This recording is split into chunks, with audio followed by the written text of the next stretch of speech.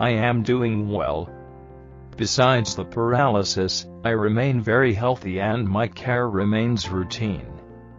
Because I don't have to focus on my personal care, I am free to pursue other interests. My number one priority is with the ALS Residence Initiative, or ALSRI. But I am also, since 2010, very involved with getting the medical marijuana law passed and implemented. It has been a long process, but we finally have a local dispensary so that I have safe access to medical-grade cannabis, which is the only medication I take. Now that my work is winding down on that effort, I am becoming active in another cause that I am passionate about, and that is to fix our broken democracy by getting Massachusetts to join in with a few other states in formally calling for a constitutional convention to restore our representative form of government.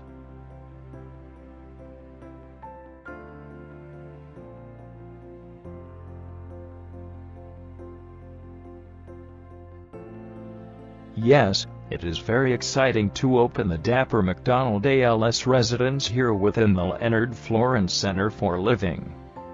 As you mentioned, it will be the second ALS residence here in Chelsea, and the fourth nationwide. After our original ALS residence, the next was in New Orleans thanks to the incredible Steve Gleason. The third one is in the beautiful North Georgia mountains called Chelsea Park. There are several potential additional locations including New York, New Hampshire, Maine, California, Texas, and maybe Florida. It is proving to be difficult work, but ALSRI is gaining momentum, and I am hopeful that 2016 will be a breakout year.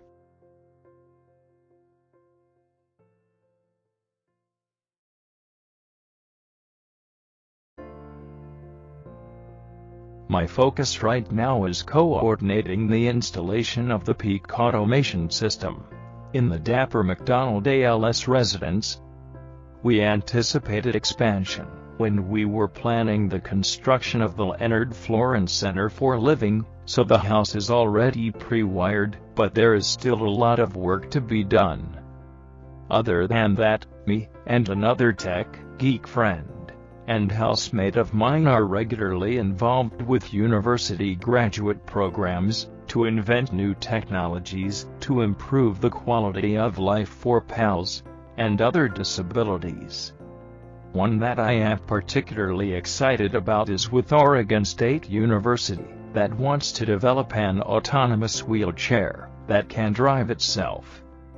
If Google can do it for an automobile, there is no reason that it can't work for those who truly need it.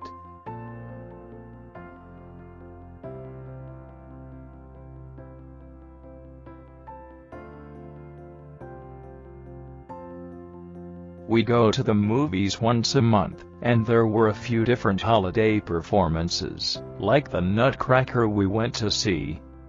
We plan on going skiing at the end of February.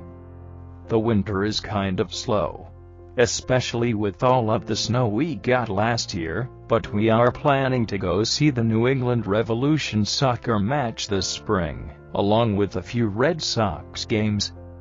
It is a big effort to plan the transportation, and having the caregivers for a dozen or more wheelchair-bound individuals, but the Chelsea Jewish Foundation make a high quality of life a priority, so we are very fortunate.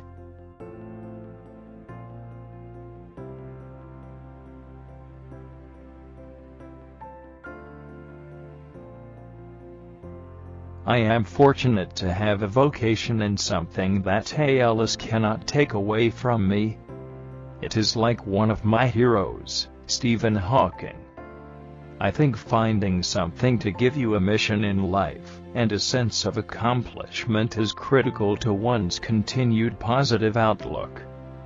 I wish I didn't have ALS, but I have never lost my love of life. Ironically, I appreciate life now more than ever. I plan to continue advocating for appropriate care options for PALS who do not have the option to stay home. In addition to the specialized residences that are currently in existence, I would like to produce a series of informational videos that instruct in the appropriate care of PALS living in traditional nursing homes or chronic hospitals. I can tell you some horror stories of nightmarish lives PALS are forced to live, as no doubt you can. I don't believe it is because there are a lot of evil caregivers, but because there is a lot of ignorance out there. If staff have access to knowledge, I think that a lot of lives can be improved. I have a plan and partial scripts for these educational videos. I need to find some funding for the production, and they will be good to go.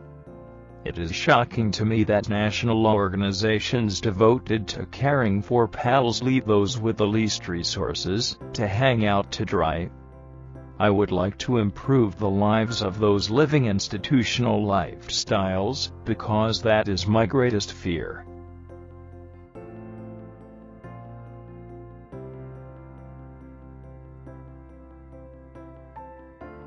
There are several great organizations who provide support. Team Gleason is one of my favorites. There is also Compassionate Care ALS Guardian Angels, and Mac Angels, who do wonderful work. Social networking makes it easier than ever to find support. I always encourage new PALS to join patients like me and complete the free Model Talker program to create your own synthetic voice. Getting automation at home is pretty expensive, but it is a worthwhile investment. Until medicine proves otherwise, technology is the cure.